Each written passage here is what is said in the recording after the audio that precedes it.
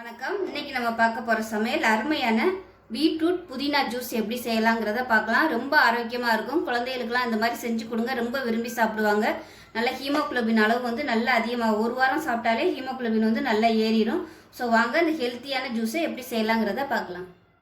ஒரு mixie jar எடுத்துக்கலாம். Medium சைஸாக 2 பீட்ரூட் வந்து தோல் எடுத்துகிட்டு இந்த மாதிரி சின்னதாக கட் பண்ணியிருக்கேன். இதை சேர்த்துக்கலாம்.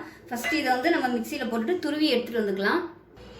இப்போ இந்த அளவுக்கு துருவி எடுத்துகிட்டு வந்தாச்சு. இதில் வந்து சின்ன துண்டா இஞ்சி சேர்த்துக்கலாம். ஒரு கைப்பிடி அளவுக்கு புதினா சேர்த்துக்கலாம். இதோட ஒரு 2 டேபிள் ஸ்பூன் சர்க்கரை சேர்த்துக்கலாம். சர்க்கரை இல்லை ஜீனி எதுனாலும் சேர்த்துக்கலாம். 1 டம்ளர் அளவுக்கு தண்ணி சேர்த்துக்கலாம். இப்போ இதை நல்லா அரைச்சிட்டு வந்துடலாம். இப்போ தான் அரைச்சாச்சு. இதை வடிகட்டி எடுத்துக்கலாம்.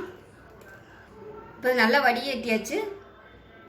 இப்போ இதில் மறுபடியும் ஒரு 2 டம்ளருக்கு தண்ணி ஊற்றிருக்கேன். இப்போ வந்து நல்லா அரைச்சிட்டு வந்துடலாம். இப்போ இதையும் வடிகட்டிக்கலாம். இப்போ நமக்கு ஜூஸ் சூப்பராக ரெடி ஆயிடுச்சு. இதில் வந்து ஒரு அரை மூடி லெமன் ஜூஸ் வந்து பிழிஞ்சு விட்டுக்கலாம். இது வந்து பெரிய பழமாக இருந்ததுனால நான் வந்து பாதி எடுத்துருக்கேன். சின்னதாக இருந்துச்சுன்னா நீங்கள் முழு பழமும் பிழிஞ்சிக்கலாம். இப்போ இதில் ஒரு சிட்டிகை அளவுக்கு உப்பு சேர்த்துக்கலாம். அந்த டேஸ்ட் வந்து எடுத்து கொடுக்கறதுக்காக.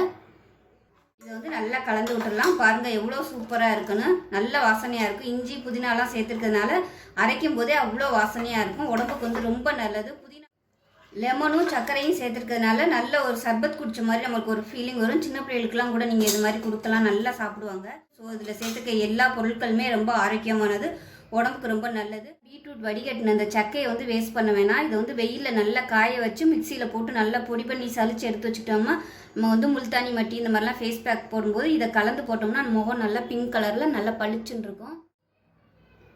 இப்போ இந்த பீட்ரூட் ஜூஸை ஒரு கிளாஸில் ஊற்றிக்கலாம். இந்த அளவுக்கு செஞ்சிங்கன்னா ஒரு 4 பேர் தாராளமாக குடிக்கலாம். ஸோ இதே மாதிரியே இந்த ஜூஸ் வந்து செஞ்சு பாருங்கள். செஞ்சு பார்த்துட்டு எப்படி வந்துச்சுங்கிறத சொல்லுங்கள்.